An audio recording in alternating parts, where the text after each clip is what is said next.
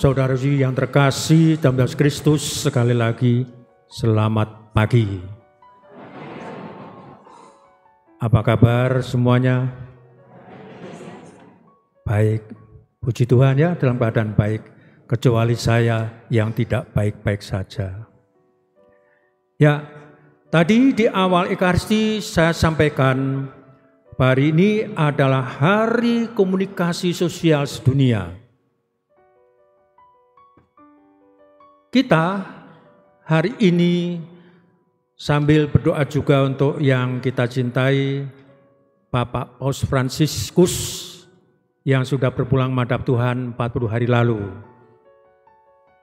Sebelum beliau berpulang sebagai gembala kita, beliau menyampaikan dua hal penting. Dua hal penting adalah yang pertama, ketika beliau menjadikan tahun 2025 ini sebagai tahun jubileum, tahun Yobel, tahun penglepasan, pembebasan, tahun pelunasan di mana kita diajak untuk betul menjadi anak Allah yang merdeka. Menjadi anak Allah yang sukacita, menjadi anak Allah yang penuh syukur.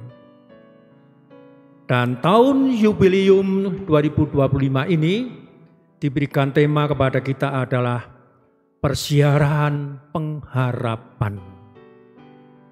Jadi selama tahun 2025 ini dengan berbagai macam cara kita anak-anak Allah, kita pengikut Yesus diajak penuh pengharapan, penuh pengharapan, penuh pengharapan. Bapak Paus tidak menginginkan kita itu putus asa atau demikian terbebani dari hidup ini, tapi bangunlah pengharapan dalam hidupmu. Tetapi di sisi lain, Bapak Paus Fransiskus juga menyadari bahwa sesungguhnya sekian tahun belakangan ini, yang namanya membangun pengharapan tidak mudah. Tidak mudah.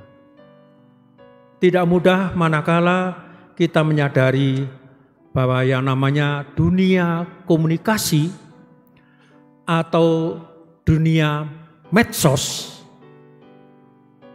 tidak demikian mendukung untuk membangun suatu pengharapan itu. Bahwa dunia komunikasi atau medsos yang tidak diolah dengan baik-baik, yang tidak dihayati dengan penuh syukur, akhirnya menjadi berbalik, menghambat bagaimana kita optimis dan penuh pengharapan di dunia ini.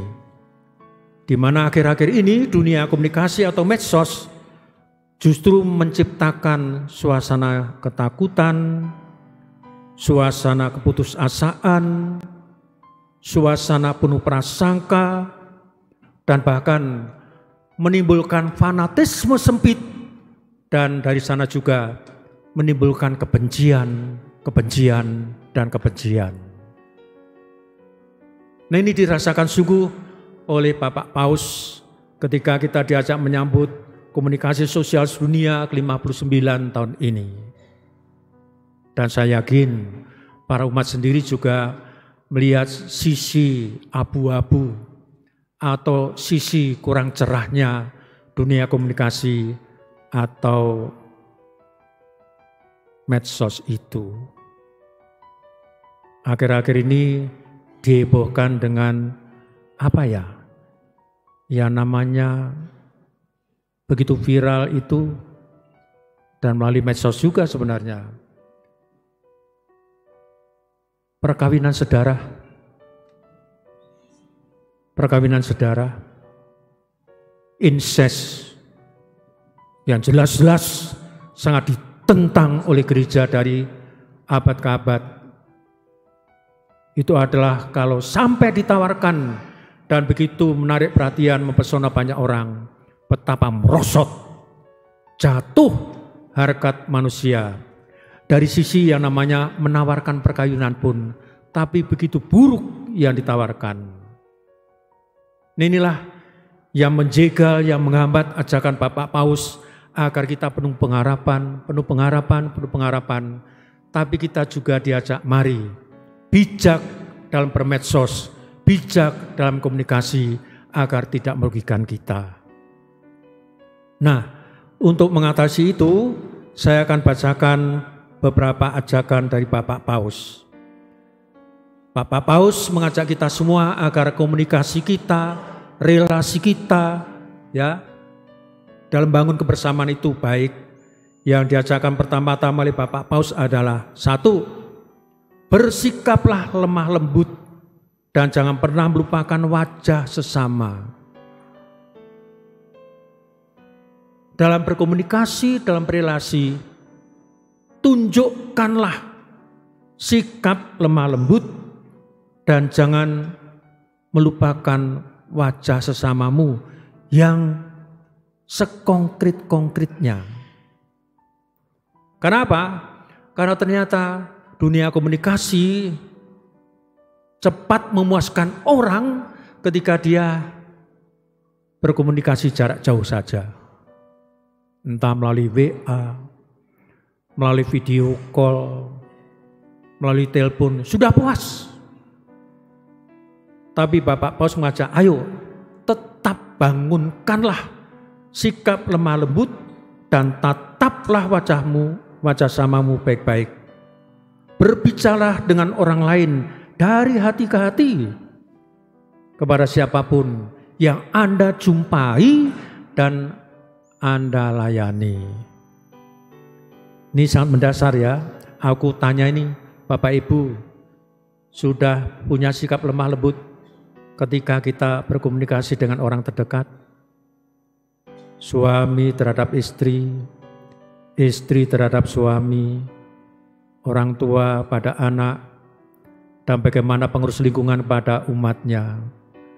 Bagaimana ketua lingkungan? Sudah berlembut hati dan ditatap muka baik-baik umat lingkunganmu? Kalau masih ada umat lingkungan mengeluh, berarti mari kita ikuti nasihat Bapak Paus ini. Karena ada umat yang mengatakan, mau apa? Susah mau ngurus kartu keluarga di lingkungan saya. Kenapa? Susah menghubungi ketua lingkungan. Ketemu, aduh wajahnya galaknya bukan main romo. Galaknya melebihi romo paroki. Nah, berarti ajakan Bapak Paus ini mari kita praktekkan. Berlemah lembutlah. Tataplah setiap pribadi yang ada di depan Anda dengan penghargaan dia sebagai pribadi yang berharga. Lalu ajakan kedua dari Bapak Paus adalah berusahalah untuk mempromosikan komunikasi yang dapat menyembuhkan luka-luka kemanusiaan kita. Saya ulangi, berusahalah untuk mempromosikan komunikasi yang dapat menyembuhkan. Yang dapat menyembuhkan. Jadi ternyata komunikasi yang baik memang akhirnya memberikan kesembuhan. Meskipun dengan sapaan yang sangat sederhana sekali. Pendek tapi touch, menyentuh hati orang itu. Contoh, selamat pagi, apa kabar hari ini? Semoga engkau baik-baik saja. Komunikasi yang bisa memberikan kesembuhan. Berilah kepada orang lain ruang di hatimu, sehingga kita ingat kepada nyanyian yang kita nyanyikan kepada Yesus. Mari masuk, mari masuk. Kalau bahasa Inggrisnya, into my heart. Memberi ruang kepada orang lain di hatiku, sehingga mereka yang seakan-akan sudah putus jauh dari kita. Ternyata aku masih menjadi bagian hidupmu. Aku suka, aku sembuh.